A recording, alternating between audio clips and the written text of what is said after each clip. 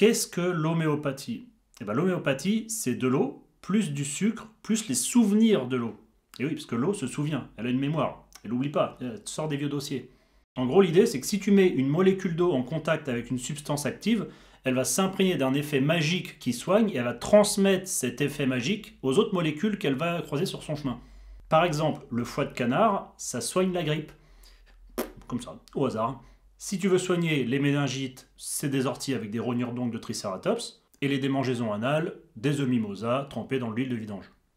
Donc tu prends de l'eau, tu la mets en contact avec une substance, tu dilues cette eau, ensuite l'eau que tu as diluée, tu la redilues, puis tu la redilues, puis tu la redilues, puis tu la redilues, jusqu'à ce qu'il n'existe plus la moindre trace de la substance initiale.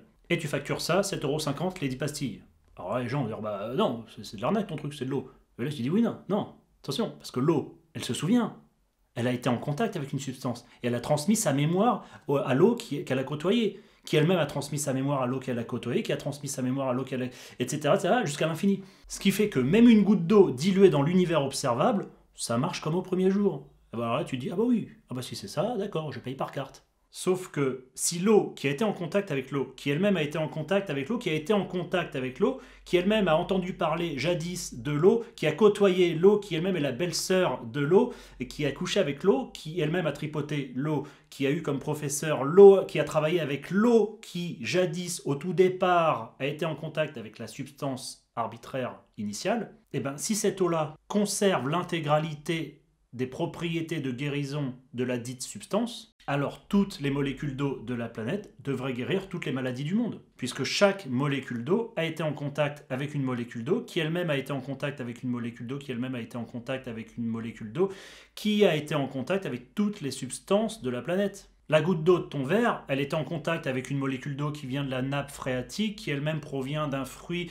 qui a été nourri par l'eau de pluie, qui provient de l'évaporation d'une abeille qui a transpiré, qui elle-même s'est nourrie d'une plante qu'elle a pollinisée, qui elle-même s'est nourrie du caca d'un routier en détresse gastrique au bord de la route.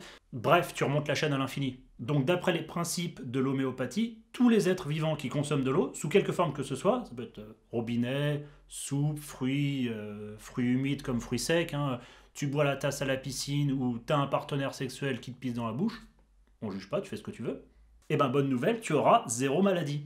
Donc d'après les principes même de l'homéopathie, il ne faut pas acheter des médicaments d'homéopathie, il faut tout simplement boire de l'eau. Et toutes les propriétés miraculeuses de guérison se trouvent dans cette eau.